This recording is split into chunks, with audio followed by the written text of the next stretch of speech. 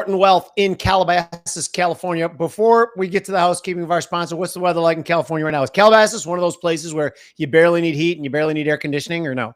You guessed it right. It's perfect. No complaining here, without a doubt. Yeah, my daughter, when she had an apartment outside of outside of Palo Alto, she didn't have heat or air conditioning. It was beautiful. It was awesome.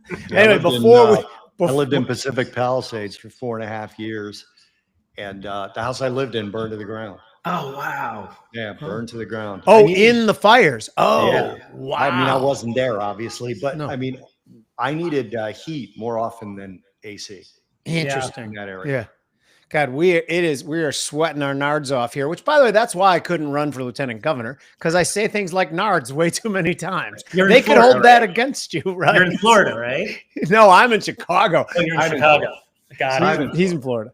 But before we start, I forgot a couple different things. Please join myself, Bobby, and Mike Arnold at the newsletter, The Unfiltered Investor, unfilteredinvestor.com, where we take a lot of the things we talk about in this show and break them down into more minutia. We'd like to call out to our favorite sponsor. We all complain about how big corporations have taken over the food supply, because they have, but we're not helpless. There is something we can do, and we can patronize small independent farms that do things right. Independence Arc Farms in Arkansas. Grass-fed, grass-finished, farm-to-table, a small ranch. Talk to Marco. He will set you up with beef. Jeff, do you eat a lot of meat? I eat a little bit of meat, but I love the independent farm stuff because we're going to try to talk into more meat. My homegrown tomatoes are going crazy right now. Oh, mine too. I had a skirt steak from Marco at Independence Arc Farms. You open up the packet, and there's 2 skirt steaks in the packet, so it's not just one in there. And threw it on a flat top grill with, the Latin people call it a plancha. And that thing was off in like 5 minutes, and it was, crock cut, of course. It was unbelievable. The flavor was just out of this world. Love that. And the tenderloins that he sends out too. I mean, I have dreams about them. They are absolutely fantastic.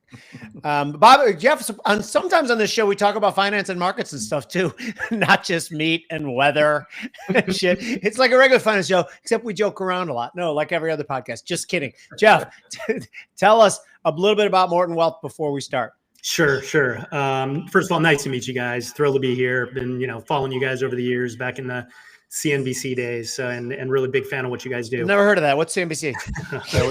Long last channel. I'm just kidding. The TMZ of financial media. So we're a wealth management firm, been around for a long time. I've been with the firm 20 years, but the firm's been around since the early 1980s. Managed a little over $3 billion. And what do? We typically play the financial quarterback in our clients' lives. So that's, of course, going to be everything from retirement planning, involving cash flow planning, tax strategies, insurance, you name it. But really, our biggest differentiation is on the investment side, where we do things very, very differently than most in the traditional world. So, of course, we're going to have some stocks and bonds in portfolio, but we're going to have lots of other things. And the main reason why is we think diversification is widely misunderstood. And with each passing year, given a lot of what I'm sure we'll talk about, recklessness in the markets, both on the monetary and fiscal side, we need to protect portfolios. We need to build more resilient, diversified portfolios. And so that's what we do. So to Jeff, it's just amazing to me how we're in a situation where we have to beg, borrow, and steal just to maintain purchasing power with the irresponsible dollar policies. So people are well, I completely understand why people get over their skis from a risk standpoint, because they're constantly fighting that. So we're just caught in this nasty situation where you're fighting so hard to remain solvent and relevant and keep your purchasing power, and then all of a sudden you're on one side of the boat and you get turned. By the way, we had a nasty down day today. I know we're coming live on Rumble and Twitter, and this is going to be for both Jeff and for Bobby. Is this a big turning point, or is this nothing, just another one of those buy the dips? My quick answer. Well, you go first, Bobby. Go ahead. Well, what's your time frame on that question? Well, Jeff, for somebody like Jeff, I'm sure with the clients of his that are like, hey, I want to be an aggressive portfolio, this is a great opportunity, right? But I will say that, and then I'll hand it over to Jeff. We have entered the worst seasonal period for stocks. The worst seasonal period for stocks is about the second half of August to right around options expiration in October. So seasonality is, I mean, that's what's playing out right now. It could be more than that, but we'll see. Yeah, no, I agree with you from a short-term point of view. We probably atypical for a lot of your guests. We don't play much in the way of zigs and zags in the markets to too high of a degree. We're more of a long-term focus. And from a longer-term focus, you know, we're looking at valuations, et cetera. We could talk more about that. But more in an intermediate-term factors. We think the market's, I won't quite say frothy, but listen, it's been quite a run since Liberation Day.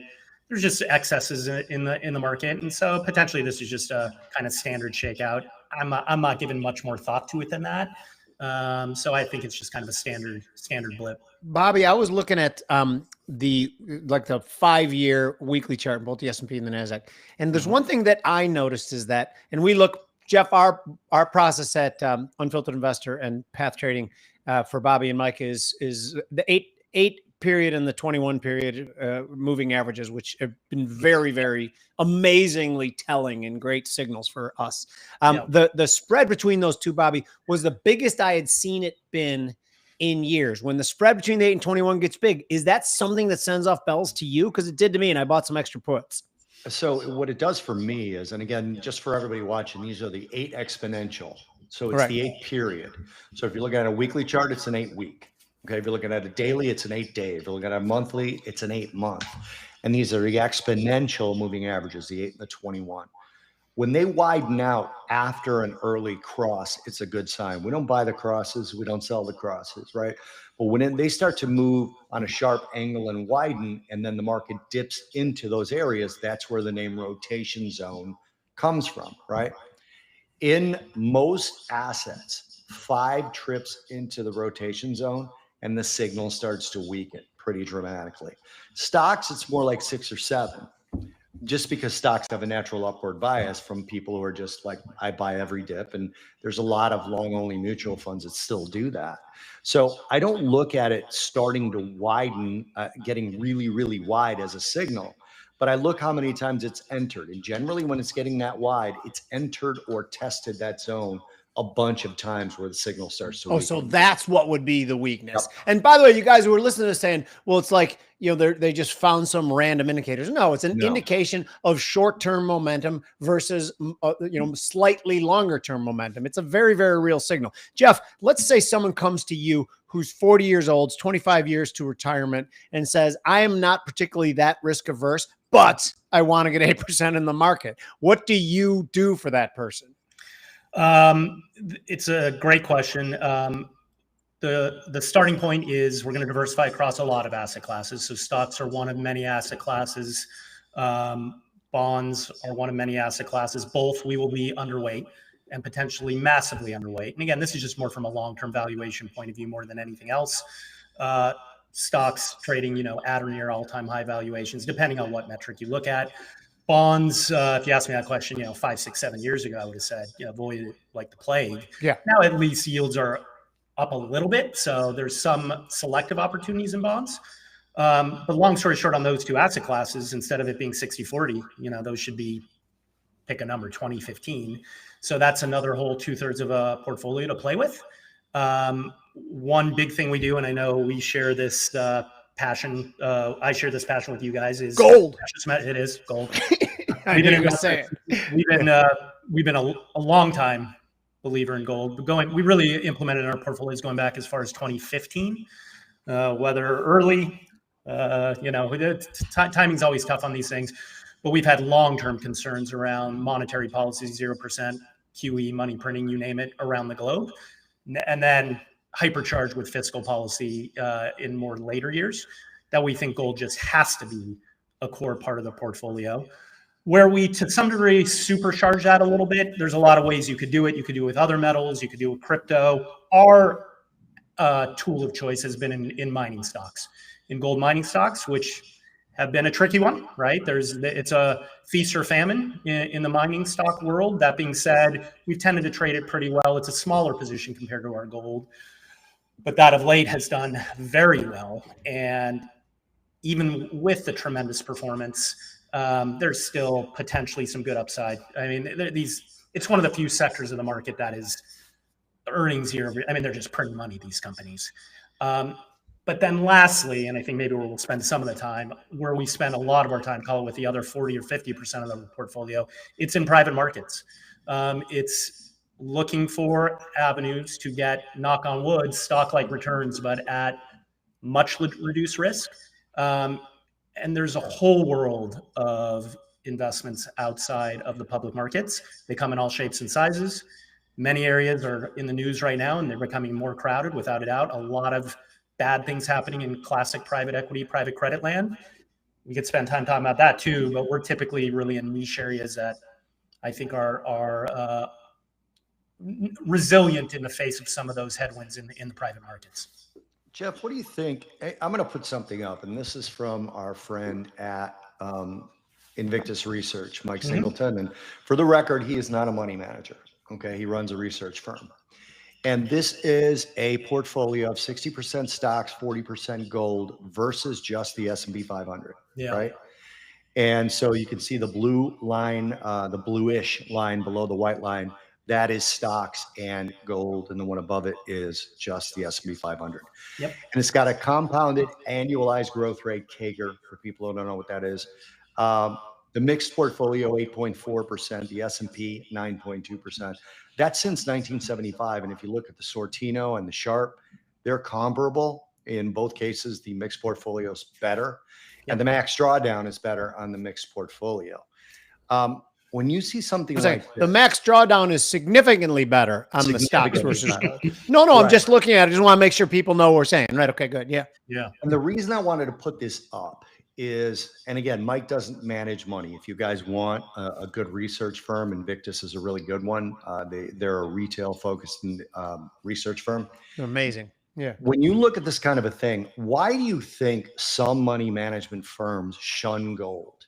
Is there any reason why that would be? Is there some sort of a fee advantage for people to like sort of shun gold? What would it be?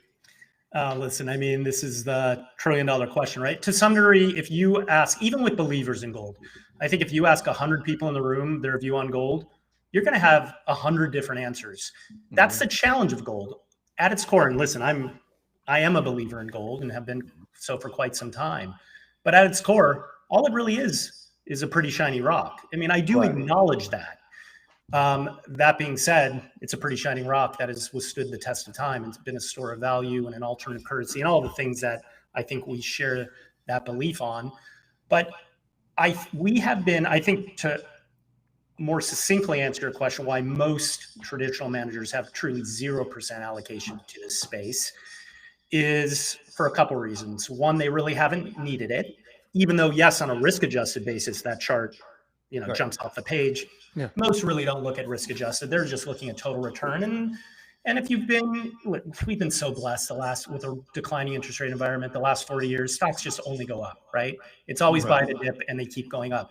So there's really been no need to own gold. Coupled with, there were some real, tough periods in gold. 1980s were a good example where, potentially, and those were even valid, right? I'm not a gold bug where I think you need a ton of gold in all environments, but some environments you need it more than others. And now in particular, and we made the decision really starting in 2015, we had no choice that we felt you really need an insurance policy to protect against on the downside to maintain purchasing power. One last point I'll make, this kind of goes back to how spoiled we are in the last 40 years. By the way, how spoiled we are. But anyway, yeah. Stocks, most investors think, as long as you hold stocks for the long term, you'll be fine. And that's generally true. But I actually polled a handful of friends and clients recently. I was like, what define long term? What do you mean by long term? And most say, the answer was typically most in the, call it 3 to 10 year range. Like as long as you hold stocks for 5 years, 7 years, you should be fine. 10 years was kind of the extreme. The reality is not necessarily true. I mean, if you just look back, let's say at the last 100 years, you could break it down into 3 30-year periods. And in each of those 30-year periods, you had roughly each of those periods, you had a 10-year period where stocks were flat. I mean, obviously underperforming inflation. So 1929 to 1943, 1966 to 1974, actually took until 1982, 16 years to break even with inflation. And then the lost decade of the 2000s. My point being, I'm not saying you don't own any stocks, but man, stocks really have to be up. When I talk long term, I talk more than 10 years, 15 years, 20 years. So those who are just buy and hold, which most investors are, I know you guys trade in and out, but for most investors who are buy and hold and it's an allocation, they have to think of their stocks as a volatile asset. Some of them shy away from gold because gold is volatile. Stocks in many ways are every bit as volatile, if not more so. So with that in mind, I'm sure you heard Florida, where I live now, left Chicago almost 5 years ago now. And I live in Florida, and Governor Ron DeSantis signed a law that called gold and silver actual legal tender in the state of Florida. So it's now designated a legal tender. So as a fun thing, when I lived in Southern California, I used to go to Ralph's. Down here, it's Publix, right? So I took a gold coin that we have in the house. It's next to my guns and dogs, people.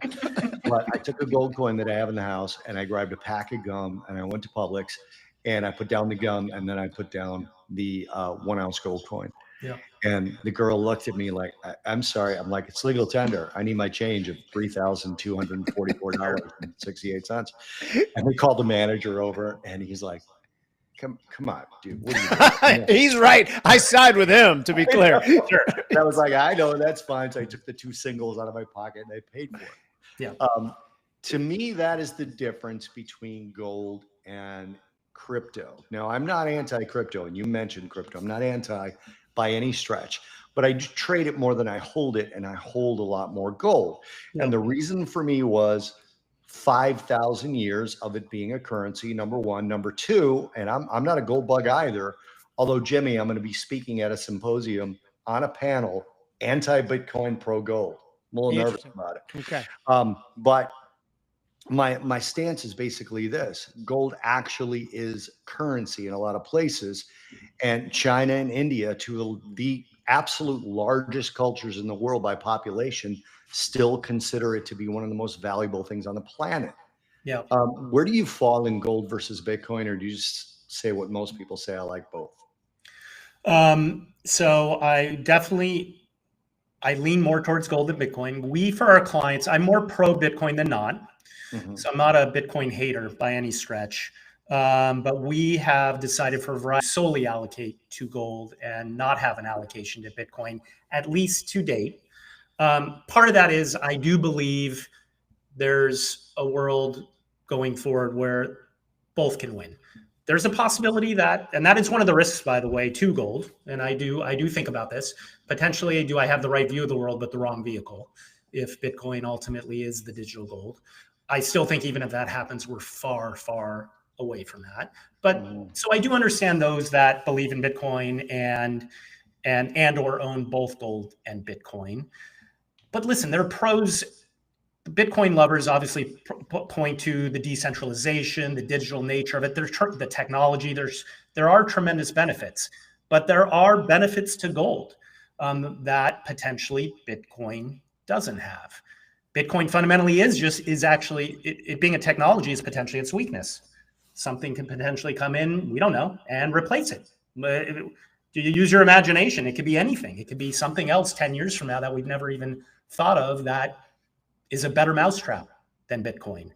We all know of the need for a functioning society. I'm mainly talking about electricity, technology, et cetera. I mean, if you have a shutdown of that, gold will obviously be much more value than Bitcoin.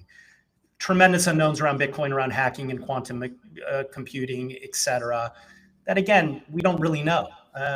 We don't know what the future holds.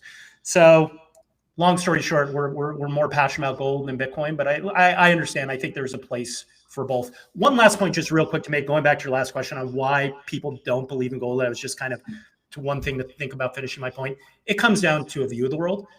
Most have a view of the world, again, going back to how spoiled we are, that policymakers, and I'm not just talking here in the US, but around the globe, they have our backs, and there's a put. There's a put to the market, and they will always save us. And listen, that's been right. That view of the world has been right. So with that view of the world, if the next decade looked like the last 40 years, then you know what? You don't really need gold.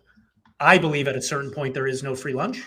And if more of the same of these come to the rescue type policies keep happening, actually at a certain point, the market will wake up and name The what dollar happened. will get hammered, right? Exactly. Yeah. Yeah. And so that is, until that happens, I think really, I don't know if the West, North America, Western countries in particular, will really wake up to gold. Yeah. Truth is, by then it'll probably be too late. Yeah. So yeah. So, but Jeff, you several different times you've mentioned as a reason to hold gold and Bitcoin as a hedge against poor stewardship of fiat currencies, which I think is a fantastic reason, but I only think that's 80% of it. And I want to mention two more and have you comment on those. Because one of the reasons I own gold and increased my allocation to was when, geopolitically, global central banks started buying more gold than they had in the past. And then two, I think deep down, it's a small percentage of people who are starting to have the fear of central bank digital currency and a system that you can be surveilled. And when you hold gold, you can't be. Do you like those two reasons? Yes. Yeah, well, it's a short answer, but yes. Absolutely. Okay. Yeah, I like that too. Absolutely. Yeah, those are both great reasons. Yeah, the whole digital. Listen, I feel like Bitcoin, again, most Bitcoin lovers would say that Bitcoin falls out of that realm of, you talk about digital currency, but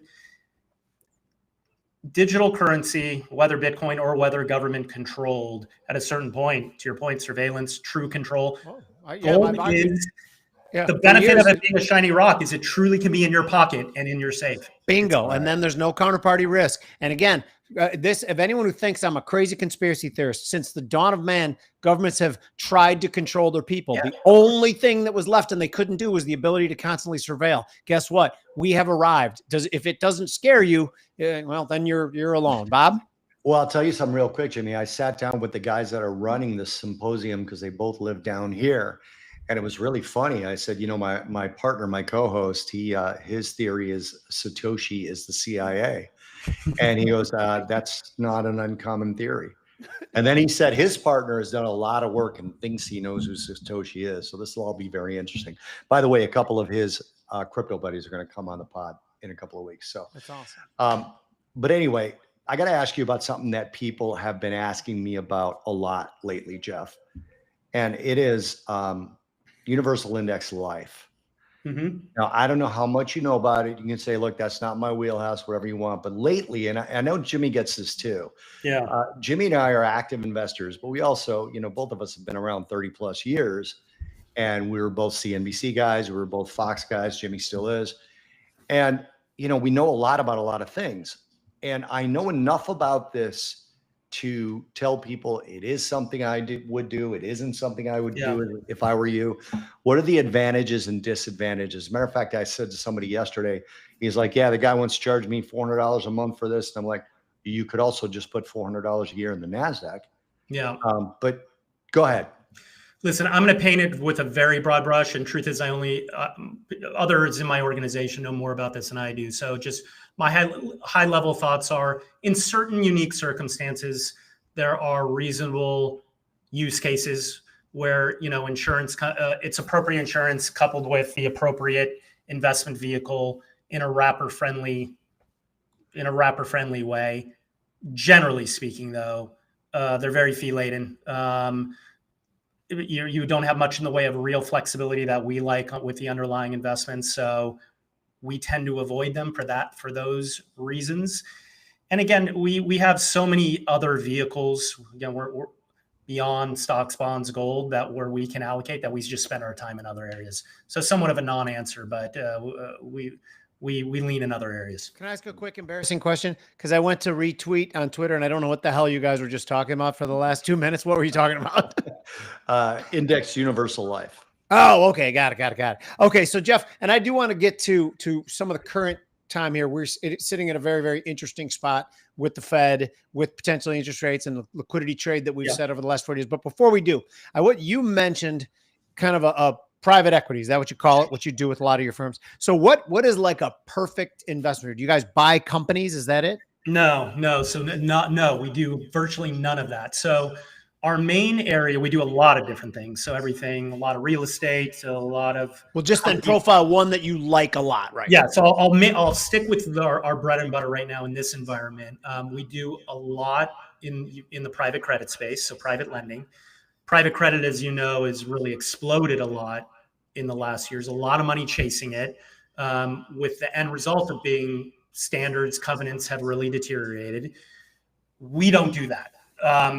The lion's share of private lending, which we don't do, is lending to corporate America. It's a proxy for high yield bonds. You're lending to corporate America. Hopefully your covenants are pretty solid, but you're just along for the ride. All you're lending on is with the hope that a company does well and it has the cash flow to support that loan.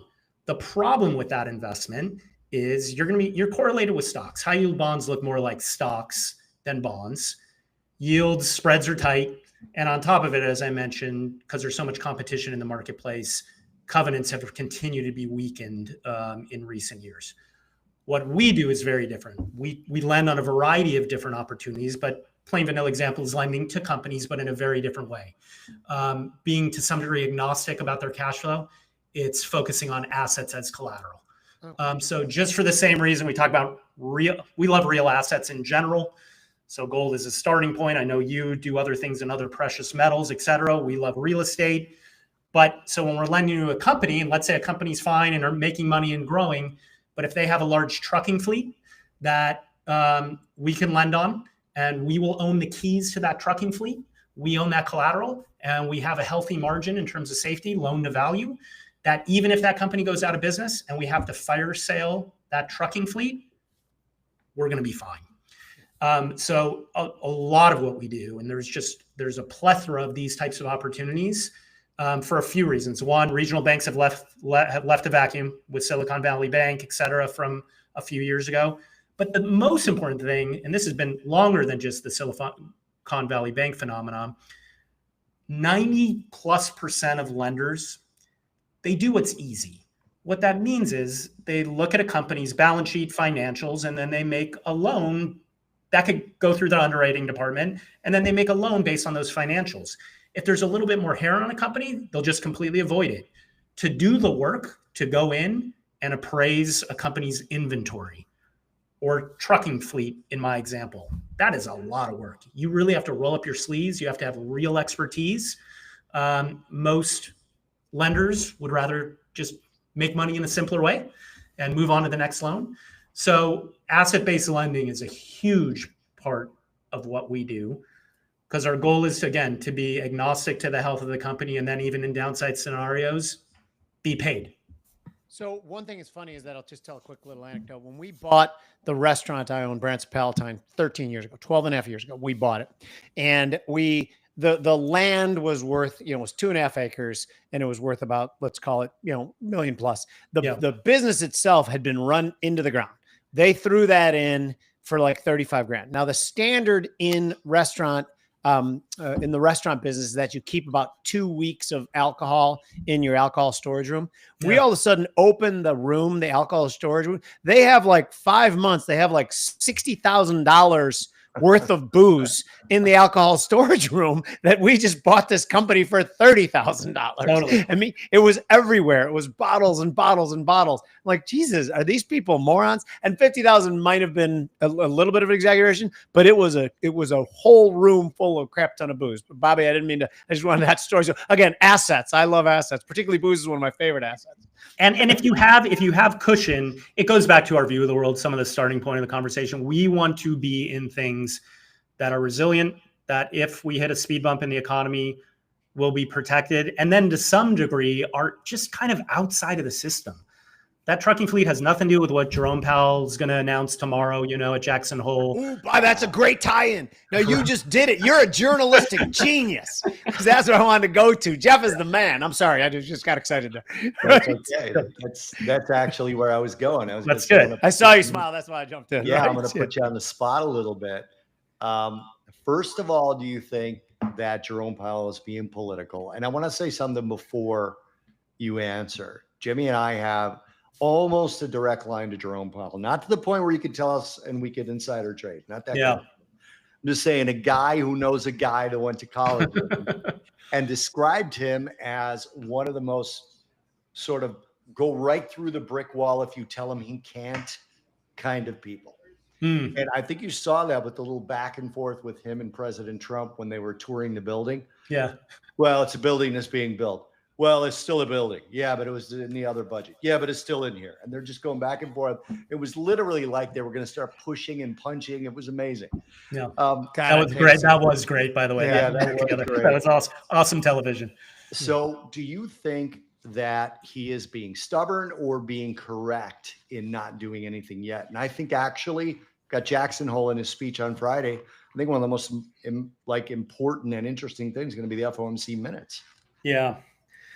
I'm pausing because my head turns on this one. My quick answer, I do think he's somewhat political.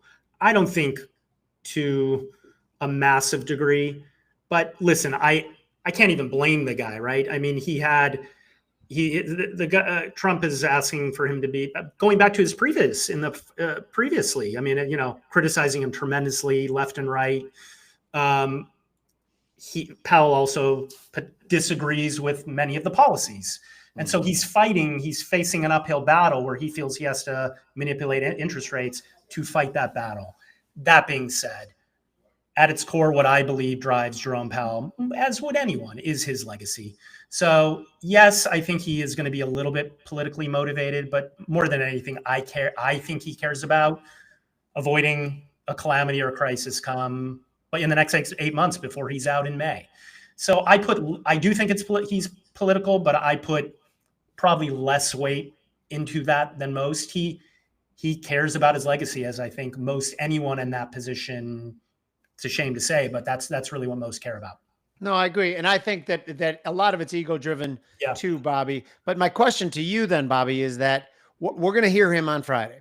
Okay. If he starts to talk dovish, then it's perceived possibly as acquiescing to the president's pressure, which I don't think he wants to be perceived that way at all. And again, no one does. And maybe that's far down on the list, and the legacy is definitely number one. But do you think it is just going to be an absolute non-event, just with data dependent, yada, yada, whatever? I think he's going to be dovish. Now, I think I'm probably alone in that. No, I agree with you. Sorry to interrupt. I agree. I agree. No, we can interrupt all the time, and I want to get both your opinions as to why. But Bob, go. Yeah. No, I'll follow you. Go ahead, Jeff. Why do you think he's going to be? I think, listen, to some degree, the data of late, the employment data in particular, was borderline nasty. I mean, some of those adjustments were nasty. I think, again, he has a short window here that, let me even back up a little bit.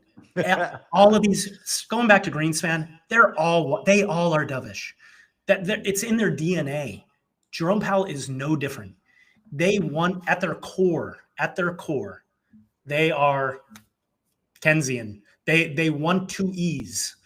It's in Powell's DNA. He didn't raise rates. I don't even, what was it, 2021, 2022, until inflation hit 8 or 9%. Interest rates were still 0%. I mean, this is an utter failure so he's already shown his inclination.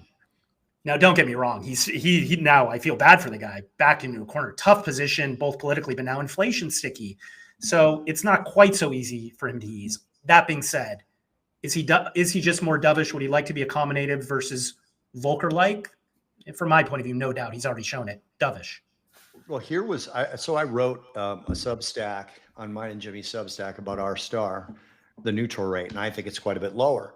And the subtitle was to that article was "Proving Independence Sometimes Means Agreeing with Trump." Now, not about the level of rates that are needed. I think saying, even Scott Besson, who I think is one of the smartest financial guys out there, saying that, they should do 50 right away and then start a series. I think that's too much. Yeah, I really do. But what I view this as is the Fed, Jimmy, is being forecast dependent, not data dependent. So do I. Yeah. And that's they're saying there might be inflation from the tariffs, therefore we should hold rates. And it's another thing I'm stealing from Mike from Invictus Research. Annualized inflation on the goods side is about 1.1%. Yeah.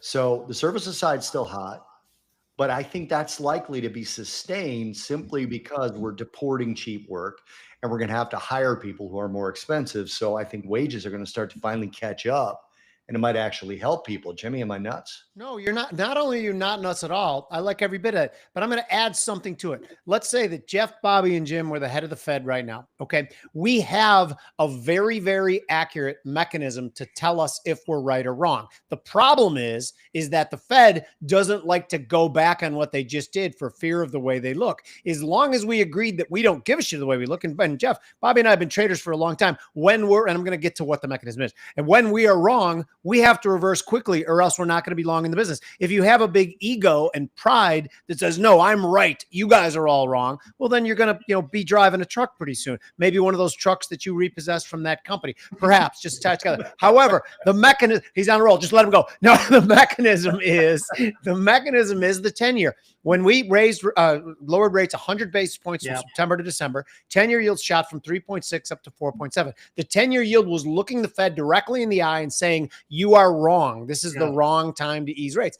That being said, the three of us could say, okay, let's do a 25 basis point cut. One of us be watching guard on that 10-year for the next week or so to see what the 10-year says. If it says you're fine and yields go down a little bit in the long end, it'll mean the market is telling you. So again, you can use the value and the smart money to your favor. Bobby, am I crazy about that?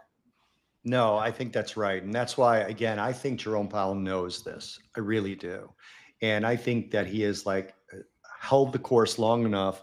He doesn't want to be the first Fed chair to go through a meeting and have it be like, I don't remember how many voting members there are, but have it be like 8-7. Yeah. You know what I mean? Yeah. He doesn't want to do that. He already had 2 dissenters. That was what, the first time in 30 years? Yeah. There were 2. Which again, those two are both, and Kudlow yelled at me for giving this opinion. Those two are both auditioning for the Fed. And Larry was like, no, I know these guys. They're good. Okay, whatever. Right? I'm not saying they're bad guys. Yeah, no, I'd audition for the Fed too. You want me to dissent? It's really going to have no effect except for make me the prime suspect for Trump to appoint. Anyway, go on. Yeah. No, that's why I think he's actually going to be dovish. I think he knows this. I think he knows that, we're basically sitting at full employment, but the picture of that is a lot easier to read in the short term than the inflation picture is. Yeah. So, and I've said this before. I mean, I think tariffs are a tax, not inflationary. To me, they can't be both. And taxes are deflationary, Jeff. I agree. I think he's looking ahead as most are, even those who are even to some degree pro-tariffs, where there's an acknowledgement that there potentially is going to be a slowdown that is going to happen as a result. And so, Powell is going to get ahead of that. I agree with you, Jim, too. I think the most important thing is the 10-year. That's interest rates, and given our debt levels, and that's the sign of the strength of the dollar in the global system, the confidence in the system. And it was a real unusual situation when we lowered rates, and then the long rate went up. Dire. That's one thing that concerns me about Besant's comment, where when he's talking, it should go down. And Bobby, you hit on this. Yeah, I agree with him maybe a little bit, but him saying 150 basis points, what will happen? What will happen to the long end? Yeah. I mean, that could be, listen, who knows, knock on wood that everything stays calm. But is that where you have, what happened in Britain 2 years ago, where the long end of the curve just gets completely the Liz Truss moment, where the bond market fired her. Anyway, Bobby. And there's 2 things that are happening right now that I think are interesting, and I want to get both your opinion on that. Jeff, you just brought up the long end. Yeah. This is the first time in, I want to say 50 years, where it's cheaper to rent than to own.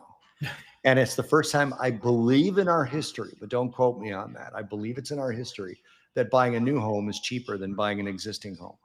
That's something that our friend Danielle DiMartino Booth posted on X recently. She's awesome. And yeah, she is awesome. And with those 2 things, I know Besant knows this, but I don't know if President Trump does, honestly. And I'm not trying to knock him. I just don't know if he knows. I think the long end rises if they cut rates too much. And that's not going to help the housing market. Am I wrong? No, you're not wrong at all. As a matter of fact, that's why the 150 basis point thing is fine as a 6-month, 8-month goal, if that's what you want to do. Because like you said, the R-star, the neutral rate, we all believe is lower than here. But you don't get there with one axe cut. That's asinine. That would be disruptive of markets. Jeff, you agree? I do. I think, listen, this is the rules of the last decade are different now going forward. Inflation changes everything. And I do agree with you both that, at least over the short term, it feels like inflationary pressures might be more disinflationary as opposed to inflation, if I had to guess. That being said, we're 3 years, 4 years into, I mean, what, prices up cumulatively 30, 40%? Jesus Christ, so the pain's already happened. So yes, if rates even come down to 2%, we still have a lot of catching up to do to some degree. We need lots of wages, of low inflation rates to get back to normal. So inflation changes the landscape. And so much of it is just our debt levels, our insurance, our interest costs to service that debt. We are in a real tough position. And that's why they want to lower rates. They want to fix a lot of these problems, but the risk of lowering them too much is that's where things can really unravel. We've got a question from Tim, who watches both of our shows, Jeff, and he's also in commercial real estate down here in Southwest Florida. He's a friend of both mine and Jim's. Very, very smart guy, especially in commercial real estate. He says, do you guys think a few 25 basis point rate cuts will make a substantial difference in the U.S. economy over the next 12 months? The only difference I see that's going to be big is if it's 50 basis points and the Treasury is going to primarily be selling bonds on the short end, much like the Treasury before them. So it will save some interest costs, Jeff. It will, but I think people are talking about that a lot. I think it's a rounding error. Yeah, probably. Will it make people borrow more? Again, that's the hope. Listen, we do a lot of real estate, and there's so much hope in the real estate market that they want rates to come down to, grease the system again and open lending back up. My instincts tell me no, that won't happen. I just don't think I don't think they should lower more than a quarter or so, as you guys alluded to as well. But then the flip side is only a quarter, even a half. Yeah, I don't think it's gonna juice things in terms of the refinancing market. The only reason I'm saying a quarter is that I think you got to start slow, see what the reaction is, because the market will tell you how low you can go. Yeah. Timmy, I think it'll give a short-term boost to the stock market. Yes. Not Main Street. I don't. I mean, there's no, these stresses people talk about, even when like the credit card debt is creeping up, it's nowhere near troubling levels. Agreed. It's creeping up. Student loans, I don't even know what to think of student loans anymore, because after they got all those hiatuses from paying, a lot of them just don't want to pay anymore. And they're like coming at me. So I don't even know what to think of that. And I think Timmy would agree, because he watches real estate pretty close. I have not seen an absolute tidal wave of foreclosures yet. No. So I don't think it's helping the economy, because I don't think there's anybody that's hurting that needs it. So I think the three of us agree on that. Yeah, I think go ahead, Jeff. No, I was going to say, I think you'd have to go 100 basis points and then at a 4-month lag to see any sort of people who are like, oh, this is good, I'll start borrowing money again, or I'll do CapEx and shit like that. Yeah. One follow-up to Bobby, your comment. I agree with you. I don't think it'll help Main Street. It's not that much. But then counterintuitively, you said it'll help the stock market. I agree with you, but isn't that kind of twisted? I mean, this is part of why we are just underweight stocks as an asset class. It's just become a liquidity game, financial engineering, passive investments, driving flows. It's a flow game more than anything else.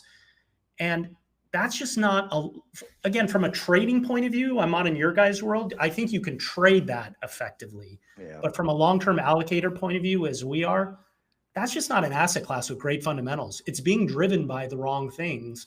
Coupled with the starting point is, as I mentioned this in the beginning, valuations are expensive, very expensive. Fascinating. So Jeff, do you maintain that it is still earnings at the end of the day that will drive the success of a stock medium to long term? Man, I hope so. I used to think so. I'm not sure anymore. What a great answer. I am not sure anymore. I mean, we used to be, in our stock allocation, again, it's light compared to any really other group that I know, but we've moved more in the passive way as opposed to active, because active management, you again think driven by fundamentals, earnings. It just, the data. I mean, it's rare that active management can be passive management. Yeah. So that kind of is the punchline, that if active managers can't win, they don't know what drives stocks. So what does? Jeff, but have you been underperforming as the stock market has been somewhat on fire, which we understand, alpha, we are perfectly fine with risk adjusted returns. But so have you been underperforming, and your investors are okay with that because they know they're a little more protected, correct? Yeah. So I would say we've been, depending on the year, listen, if the S&P is up 20, we're underperforming.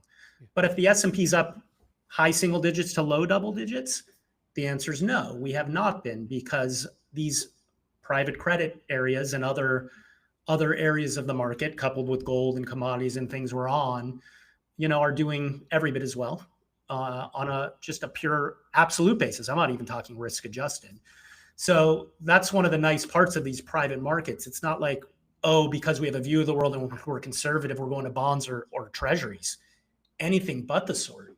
I mean, we're generating, knock on wood, stock-like returns at much reduced risk. But yes, in extreme markets where the S&P's up 20, we're gonna lag. There's no avoiding that.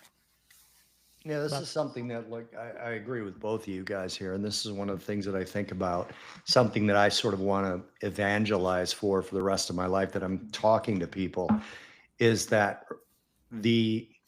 you're not underperforming if the S&P is up 25% and you're up 23, and then the S&P is down 12% and you're down 4. Yeah. You're outperforming, right? And a lot of people, and this is what, you brought it up earlier, Jeff, it's like, people look at it and they just basically index and they say, oh, I'm making more money than you, I'm better at this than you are. No, you're not. We've all lived long enough. Jeff, I think you might actually be younger than both of us, but we all live long enough to see at least 3 of these things. Yeah. Where everything collapses, and then you lose a generation of investors because crap like CNBC is out there having a show called Fast Money. Drives me crazy every time I see that. They used to have, God, his name escapes me now. CNBC used to have the guy who basically invented the buy and hold mutual fund. Can't remember his name, but it'll come to me before the show's out. And then they would fight. He's passed away. Bogle. Yeah. Bogle with a B, Bogle, right? Yeah. Jack Bogle. Way recently. They'd do a 30-minute interview with him, and they'd go, now stay tuned for Fast Money. What? Did you just hear who you were praising? I mean, he used to drive me crazy. So it's something I want to evangelize for basically the rest of my life. It's like, look, beating to the upside is not the goal. It's beating to both. And beating to the downside is actually much more important. I don't have a question. I just rambled. No, and I like it too. And that's why again, at these levels, this, Bobby, pretty much half of my stock allocation is somewhat hedged using options, particularly when volatility is low and they give away, which brings me to another question. Actually, there's 2 questions that I can't decide which one. One, I was going to talk to you about who can invest with you. Like, they have to be accredited, but sure. 2, I was like, do you have any portfolios that use options on equities, things like that? I'll start with the latter one. I actually have somewhat of an options background. So we used to do a lot in the way, especially pre-08, when interest rates were higher and vol was a little higher and more normalized in structured notes. So options like vehicles, we've typically gotten out of that.